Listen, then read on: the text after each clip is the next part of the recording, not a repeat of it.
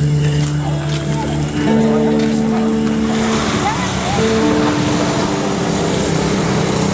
Bapak Ibu Saudara-saudari yang terkasih dalam Tuhan Yesus. Shalom. Sekali lagi shalom. Shalom. Ada sukacita malam hari ini, amin. Sebab malam ini adalah kita memperingati hari Valentine, hari kasih sayang, di mana kita mengasihi sesama kita. Dan saya percaya Tuhan Yesus mengasihi saudara dan saya, amin. Berikan kemuliaan buat Tuhan Yesus. Kita mau datang kepada Tuhan, kita mempersiapkan hati kita, sebab kita percaya kasih-Nya sangat besar dalam setiap kehidupan. Dia luar biasa.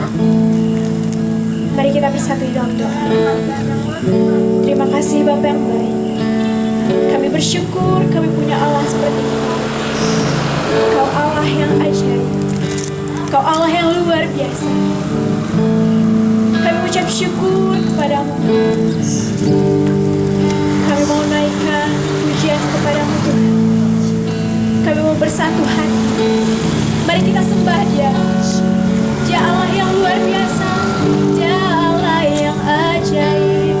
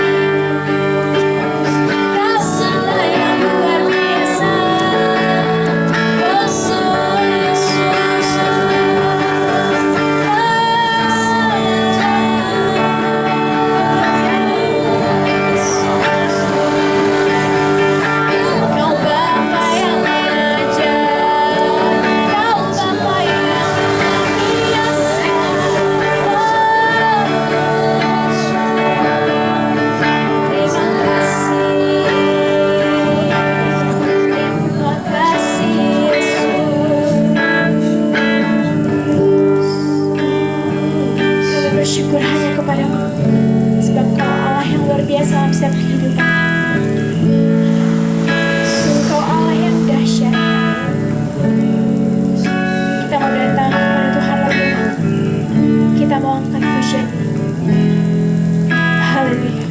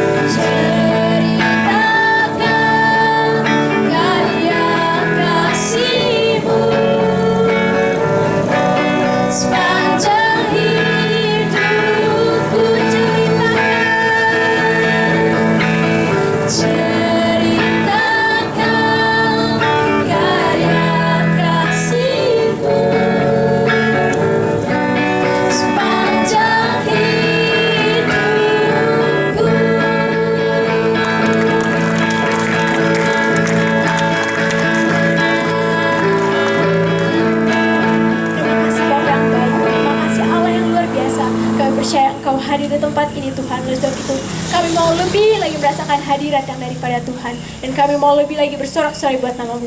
Baik Bapak Ibu Saudara-saudari yang siap untuk memuji Tuhan lebih lagi, bersama dengan saya katakan amin. Saya undang semuanya untuk bangkit berdiri. Bapak Ibu Saudara-saudari, kita percaya bahwa kasih Tuhan begitu besar dalam hidup kita. Amin. Amin. Mari berdoa anda Tuhan. Firman Tuhan berkata, bahkan lebih kuat dari dosa, kasih Tuhan menyelamatkan setiap hidup kita. Oleh sebab itu kita mau bersorak-sorai bagi Tuhan. Kita mau bersyukur bagi Dia. Kita mau naikkan syukur kita kepada Tuhan. Haleluya.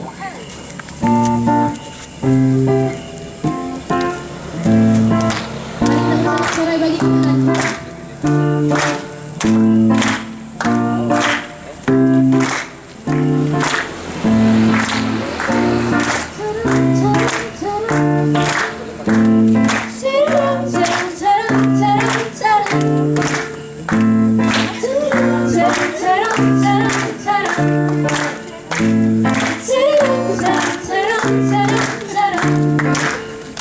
Kasih yang begitu besar, lebih kuat dari dosa. Kasih yang menemukanku, selamatkan dan pulihkanku. Ku naikkan syukurku, ku tak akan berhenti memuji, meninggikan nama-Mu selalu, menarik, memuliakan-Mu, dibebaskan, dibangkitkan, hidupkan Kau dan hidup hanya untuk-Mu.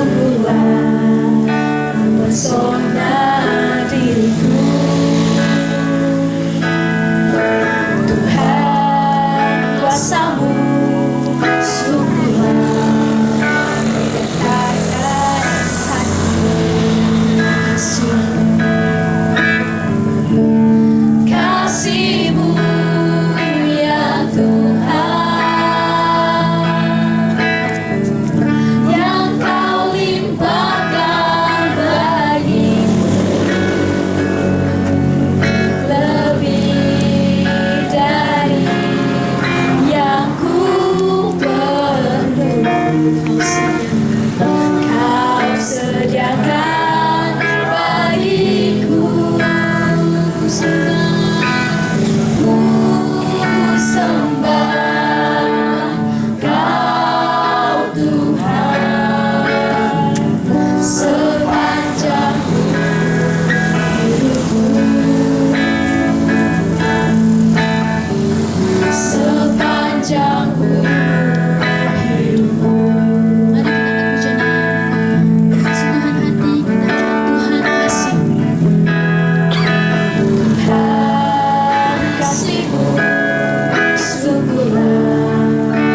Pesona diriku, Tuhan bersama sungguhlah menggetarkan hatiku. Katakan kasih-Mu ya Tuhan, yang Kau limpahkan bagiku, lebih dari yang ku perlu. Kau sediakan bagiku. Ku sembah Kau Tuhan sepanjang hidupku, sepanjang hidupku. Katakan kasih. Mari senang sekali berbangkit bagi kasih-Mu ya Tuhan, yang Kau limpahkan bagiku, lebih dari yang ku perlu. Kau sediakan bagiku. Ku sembah Kau Tuhan sepanjang hidupku, sepanjang hidupku. Ku sembah Kau Tuhan sepanjang hidupku, sepanjang hidupku. Ku sembah Kau Tuhan sepanjang hidupku, sepanjang hidupku.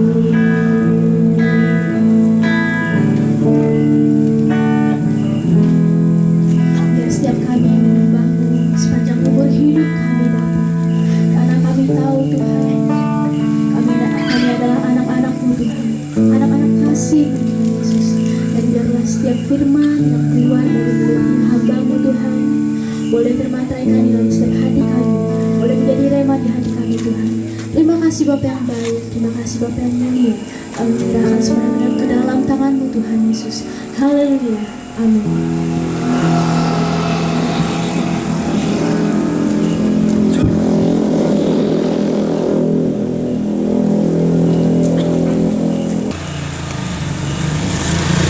Shalom Bapak Ibu. Halo semuanya. Saya Mbak Cik ya. Shalom. Ya, malam ini kita merayakan hari Valentine, Valentine's Day, yang sering diterjemahkan atau diartikan orang sebagai hari kasih sayang ya di seluruh dunia. Dan dalam perkembangannya pengertian dari Valentine's Day itu banyak diselewengkan dan salah mengartikan, salah diaplikasikan.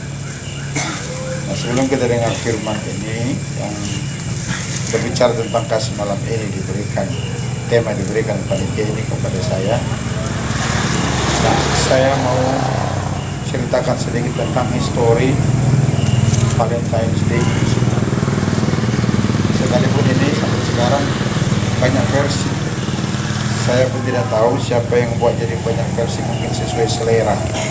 Tapi yang paling dasar sebenarnya hari Valentine's Day itu diawali dari kematian atau matinya seorang uskup bernama Valentinus sekitar abad ketiga, oleh karena perjuangannya untuk melakukan cinta kasih sepasang sejoli yang siap menikah.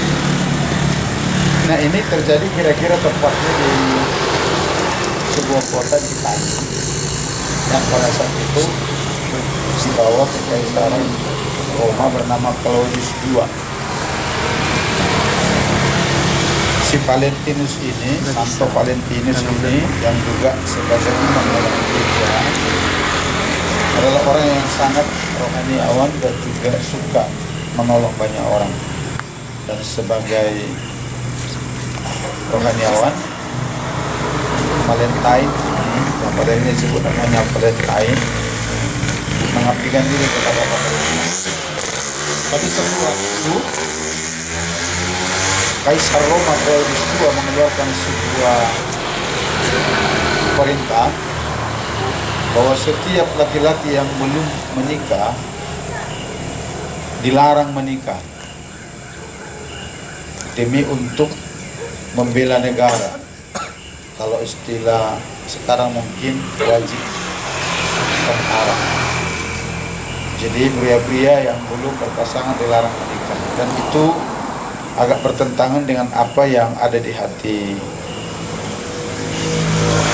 Santo Valentine atau Santo Valentinus, sehingga secara diam-diam dia melawan kebijakan itu dan menikahkan sepasang muda-mudi yang sama-sama mencintai dan siap untuk berumah tangga. Kemudian apa yang dilakukan oleh Santo Valentine ini ketahuan kepada kaisar, dan akhirnya dia dijatuhi hukuman mati. Namun sebelum dia dihukum mati, dia dimasukkan ke dalam penjara. Nah, waktu dia di dalam penjara, dia juga terus melakukan kebaikan-kebaikan. Kepala sipir penjara itu punya seorang anak perempuan yang mengalami kebutaan. Lalu Santo Valentine ini berjuang, berusaha untuk mengobati, menyembuhkan anak sipir tersebut. Sehingga kepala sipir itu pun tertarik dengan kebaikan Valentine ini, sehingga dia berniat untuk membalas jasanya melalui dia berupaya mau untuk sebagai agen bagi Valentine membawa surat-suratnya dari penjara. Nah, dan surat yang ditulis Valentine ini ditujukan kepada anak kepala sipir tersebut yang telah disembuhkannya itu. Dan di dalam isi suratnya itu disebut Your Valentine, artinya Valentine-mu, milikmu. Nah, saudara, lalu kenapa tanggal 14 Februari ditetapkan sebagai Hari Valentine? Tanggal 14 Februari tahun 269 Masehi, saat itulah Santo Valentinus atau Valentine dieksekusi mati. Nah, di abad ke-15 mulai terbuka sebuah kebiasaan di mana orang-orang mengungkapkan rasa cintanya melalui surat menyurat. yang diteladani dari Santo Valentine tersebut. Dan di abad 17 itu menjadi sebuah tradisi seluruh dunia bahwa orang-orang mengungkapkan kasih sayangnya kepada seseorang melalui surat menyurat. Dalam perkembangannya sekarang ada yang dengan menyampaikan bunga, kado, coklat, segala macam. Tapi yang pasti hari Valentine itu adalah hari perjuangan seorang santo yang memadukan sepasang kekasih untuk menikah. Nah, jadi kalau kita sebenarnya bercermin ke situ, merayakan hari Valentine berarti bukan hura-hura sebenarnya. Ya. Nanti dari situ berkembang hari ini segala macam, tapi dasarnya itu. Di mana seorang imam Santo Valentinus atau Valentine memperjuangkan cinta dua pasang sejulit yang siap menikah sekalipun itu harus menghadapi kematian. Nah, pada kesempatan ini itu secara singkat ya, supaya kita tidak salah mengerti, tidak salah menafsirkan, tidak salah mengaplikasikan tentang Valentine ini. Kalau kita mengingat hari Valentine, seharusnya yang kita renungkan itu perjuangan si Valentinus itu, bukan Valentinus Narang, bukan. Nah, tapi Santo Valentine itu perjuangannya itu. Nah, saat ini panitia memberikan tema bagi kita, definition of love atau definisi kasih atau makna sebuah kasih dari 1 Korintus 14 ayat 4 sampai 7. Kita lihat yuk. Saya mengajak membaca dari ayat 1.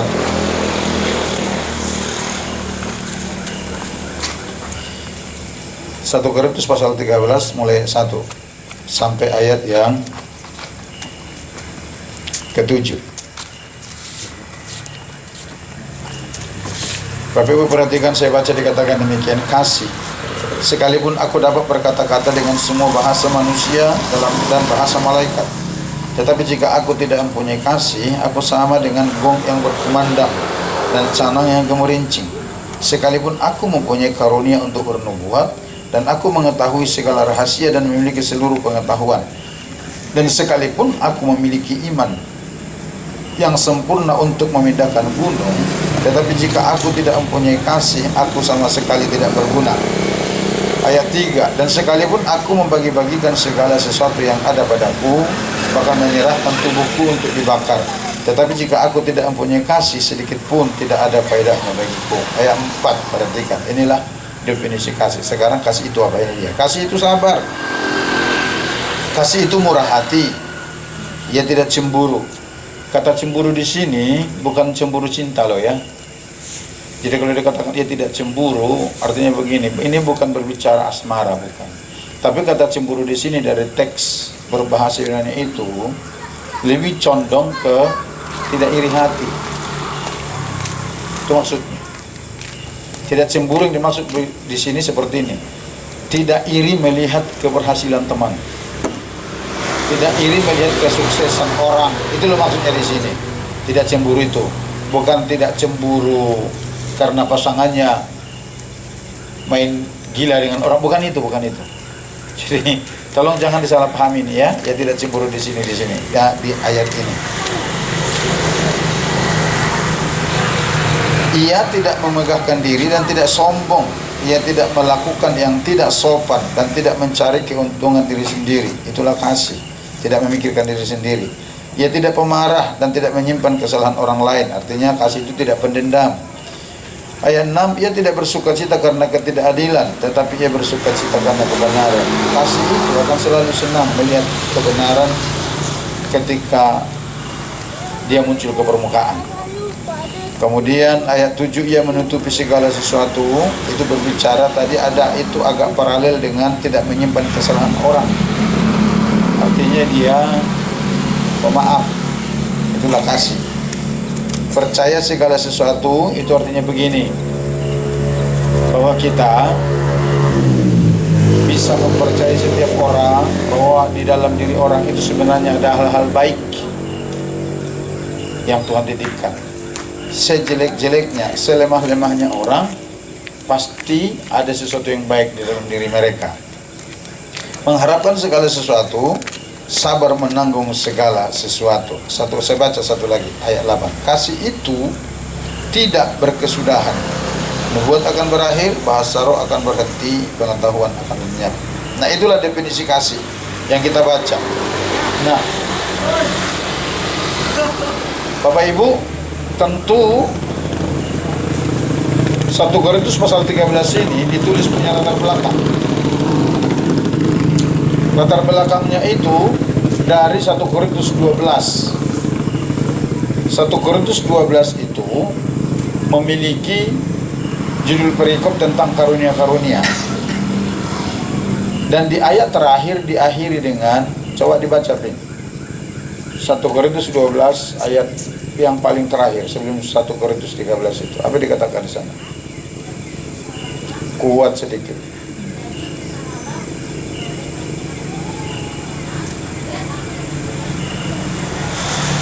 Dikatakan, berusahalah untuk memperoleh karunia-karunia yang utama, dan aku akan menunjukkan kepadamu jalan yang lebih utama itu apa gitu.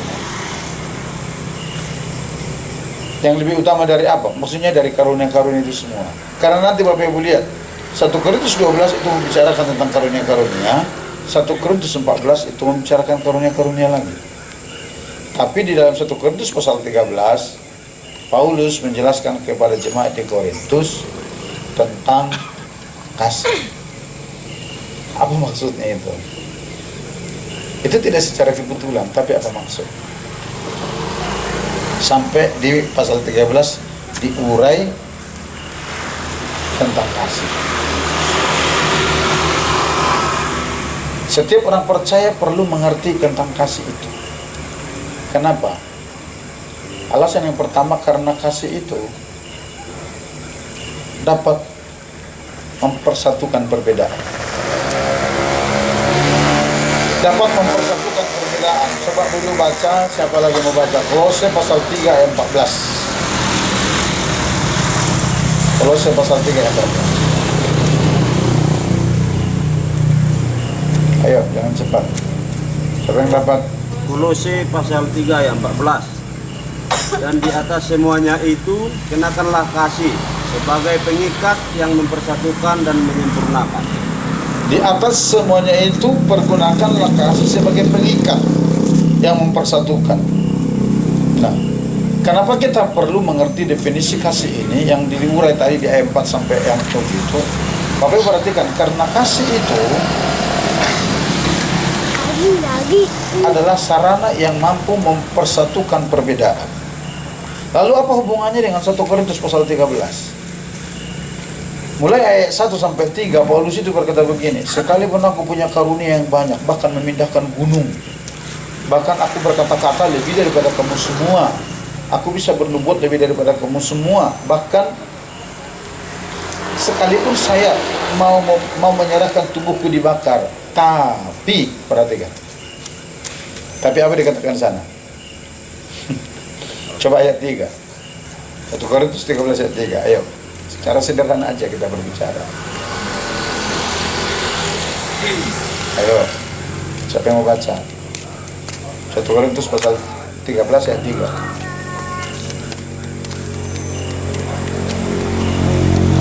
Korintus pasal 13 ayat 3 berbunyi, dan sekalipun aku membagi-bagikan segala sesuatu yang ada padaku, bahkan menyerahkan tubuhku untuk dibakar, tetapi jika aku tidak mempunyai kasih, sedikit pun tidak ada faedahnya bagiku. Kalau dibaca dari ayat 1 jelas tadi ya. Nah, kenapa Bapak Ibu ini ditulis? Perhatikan, karena begini. Gereja Korintus adalah gereja yang paling kaya dengan karunia-karunia. Paling kaya dengan karunia-karunia. Itu adalah gereja di Korintus. Tapi gereja ini yang syarat dengan perpecahan. Di Korintus itu paling dahsyat perpecahan di jemaat tengah-tengah gereja. Oleh karena apa? Di sana paling banyak karunia-karunia terjadi. Karunia penglihatan, karunia iman, karunia kesembuhan, karunia bernubuat, karunia mujizat, karunia berkata-kata, karunia marifat. Di sana semua. Tapi karena mereka menganggap itu sebagai sebuah kehebatan mereka, sehingga mereka jadi terkotak-kotak. Yang satu menganggap lebih hebat dari yang lain. Sekalipun sebenarnya nanti kita perhatikan di 1 Korintus 14 dikatakan demikian. Karunia-karunia itu diberikan untuk membangun tubuh. Tapi yang terjadi pada saat itu apa? Enggak, malah terjadi perpecahan. Orang yang memiliki karunia penglihatan merasa dia yang lebih tahu tentang segala sesuatu mengenai Tuhan. Orang yang memiliki karunia kesembuhan merasa dia lebih hebat dari siapapun karena dia menyembuhkan. Nah, itu menimbulkan perpecahan di tengah-tengah jemaat itu.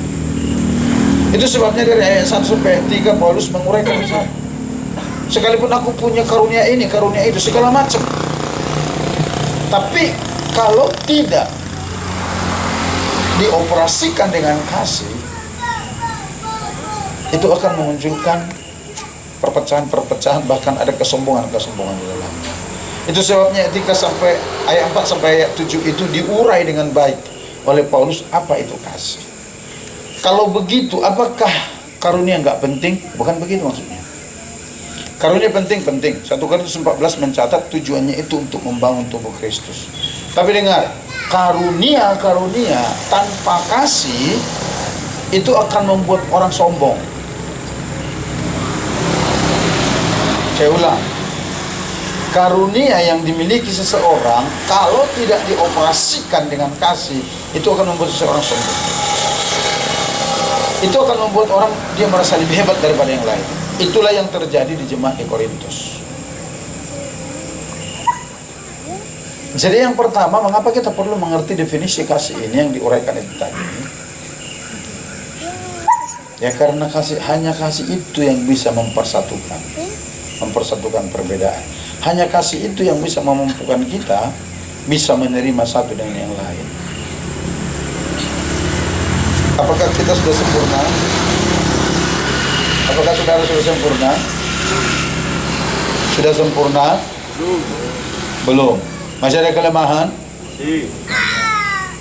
Sedikit atau banyak? Banyak. Nah itu dia. Kalau kau sadar dirimu memiliki kelemahan, jangan hanya melihat kelemahan orang. Karena kasih itu menutupi segala sesuatu. Kasih itu tidak menyimpan terus kesalahan orang. Paham itu? Paham itu? Itulah kasih. Kalau nggak begitu nggak kasih namanya. Karena diuraikan seperti di dalam Alkitab. Itulah kasih. Selemah-lemahnya orang, menurut ukuran kita, pasti ada hal-hal yang ilahi dalam diri orang itu.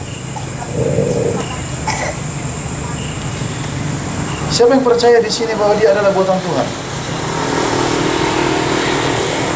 Yang tidak angkat tangan berarti bukan buatan Tuhan ya. Betul? Ya kalau kita percaya teman kita itu ciptaan Tuhan, seharusnya kita percaya bahwa dalam diri orang itu ada yang ilahi. Ada kelemahannya, ada. Bikin pusing melulu, iya. Tapi coba lihat yang positif itu. Kembangkan hal yang positif supaya kita bisa melihat dia sebuah sosok yang baik dan bisa dipercaya. Jangan selalu mengangkat ke permukaan kelemahannya itu. Karena apa? Karena kasih yang menguasai kita. Tidak salah kalau kepada jemaat di Kolose Paulus itu berkata, pergunakan di atas semuanya itu pergunakanlah kasih sebagai pengikat. Bapak Ibu tahu yang dimaksud di sana sebagai pengikat? Kalau di teks asli itu dikatakan begini, sebagai perajut. Itu diibaratkan seperti sebuah benang yang bisa dipakai untuk merajut sebuah pukat atau jala yang sobek. Pernah lihat pukat dan jala sobek? Supaya bisa dipakai kembali, dia harus dirajut lagi dengan benang itu, sehingga yang sobek itu bisa jadi bagus dan bisa difungsikan. Itulah yang dimaksud di sana kasih sebagai pengikat. Nah, yang kedua, kita nggak lama-lama ya. Kenapa kita harus mengerti definisi kasih ini yang diuraikan di ayat 4 sampai 7? Coba ayat 8 itu baca. Ayat 8, 1 Korintus 13 ayat 8.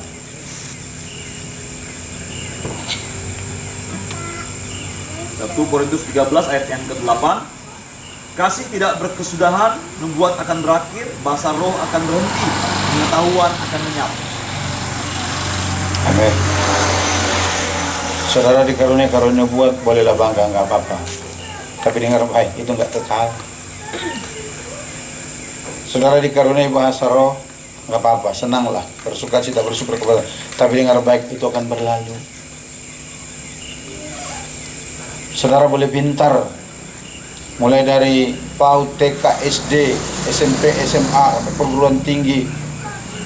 Ketika wisuda dapat nilai cum laude, nggak apa-apa, bolehlah bangga. Tapi dengar, pengetahuan akan lenyap.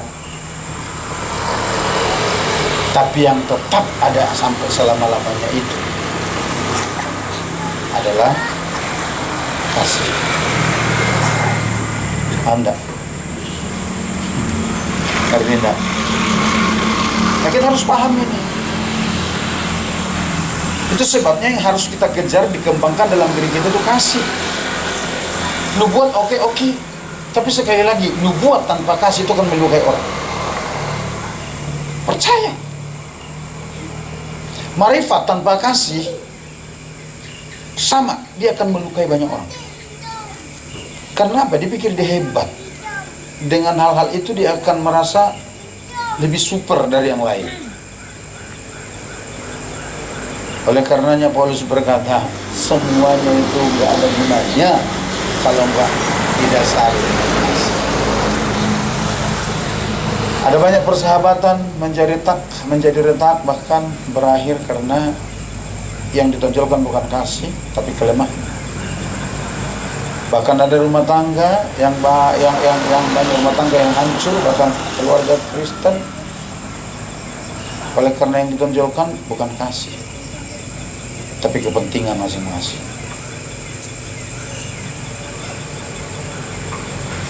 Salah prioritas. Tapi firman Tuhan berkata, tanpa kasih semuanya itu tidak ada.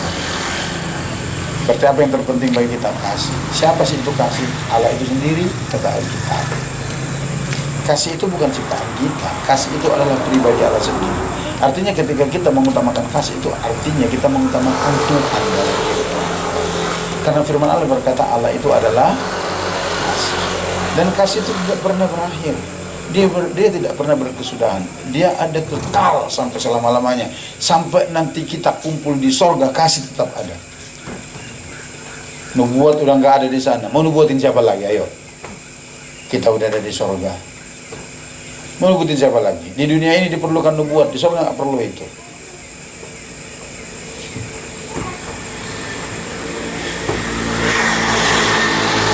Selama kita di dunia, hal-hal itu diperlukan. Tapi kasih sampai ke surga. Sampai ke surga, kita akan digerakkan oleh kasih itu. Oleh karena itu, jangan salah prioritas. Dan jangan salah menafsirkan. Boy baca dulu. Di ayat berapa tadi dikatakan? Kasih tidak melakukan yang tidak sopan.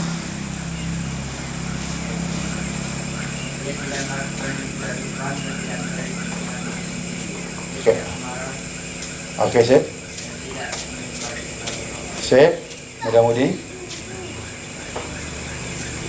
Kasih tidak melakukan yang tidak sopan. Mudah-mudi anak-anak Yud, katakan bersama-sama dengan saya. Kasih tidak melakukan yang tidak sopan. Kalau aku melakukan hal yang tidak sopan di tempat tersembunyi, itu berarti hatimu nggak dikuasai kasih, tapi nafsu. Ngerti itu ya? Paham itu ya? Itu yang diplesetin dari arti Valentine's Day itu. dalam perkembangan nanti coba kalian searching, akhirnya jadi hari perayaan ini, hari perayaan, lupa bahwa dasarnya itu perjuangan seorang Santo Valentine itu. Ada nyawa yang dipertaruhkan di sana. Oleh karena itu ya,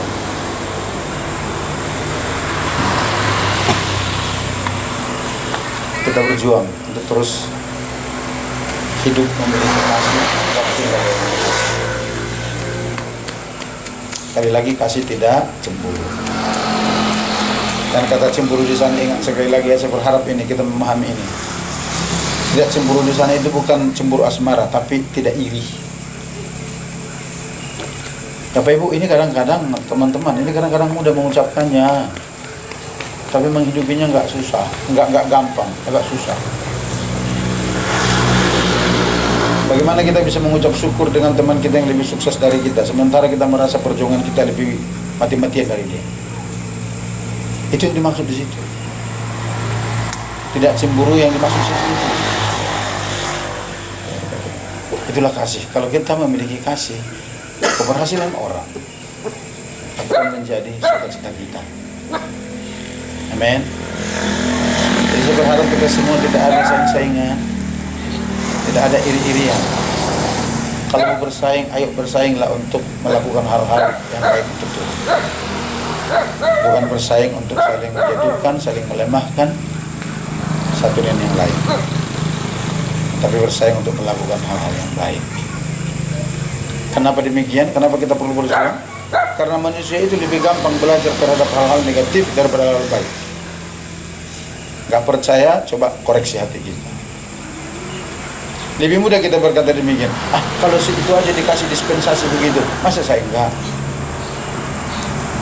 Ingat, kalau yang begitu itu bukan kasih, itu mementingkan diri sendiri, itu egois. Kasih itu harus berkata begini, sekalipun dia seperti itu, saya akan maju terus dalam Tuhan. Tidak akan terpengaruh oleh tindakan negatif orang. Itulah kasih. Itu yang dimaksud menutupi segala sesuatu. Oke, paham ya Bapak Ibu ya, teman-teman semua ya. Saya pikir saya nggak usah berlama-lama deh ya. Sampai di sini aja. Kita nyanyikan satu pujian ya dari Dede.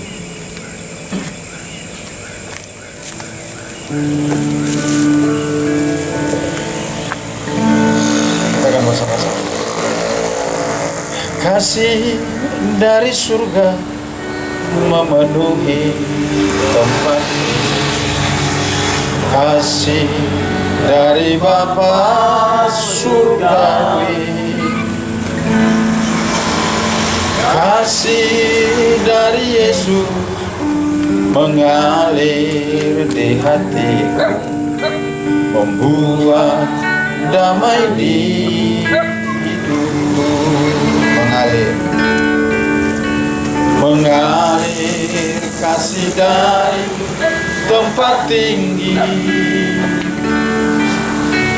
mengalir kasih dari tata Allah Bapa, mengalir, mengalir, mengalir dan mengalir, mengalir memenuhi hidupku.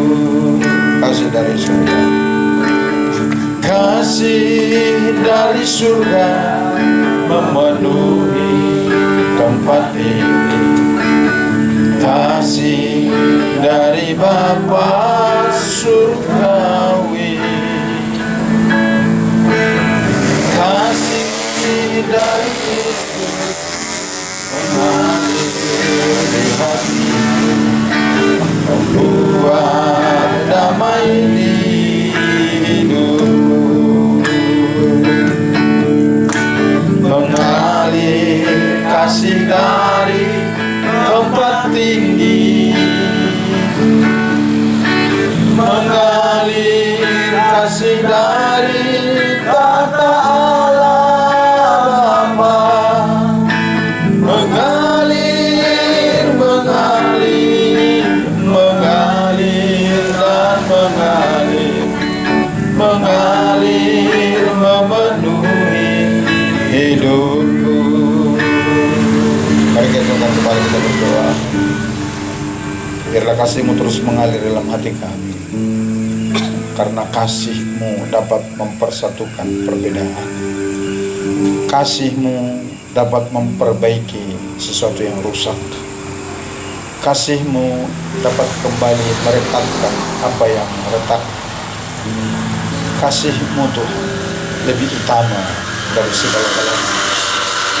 Firman-Mu berkata, bahasa roh akan berakhir, nubuat akan berhenti, pengetahuan akan lenyap, tetapi kasih tidak berkesudahan. Ajar kami untuk kami memiliki dan hidup di dalam kasih Allah itu, sehingga kami boleh menerima satu dan yang lain.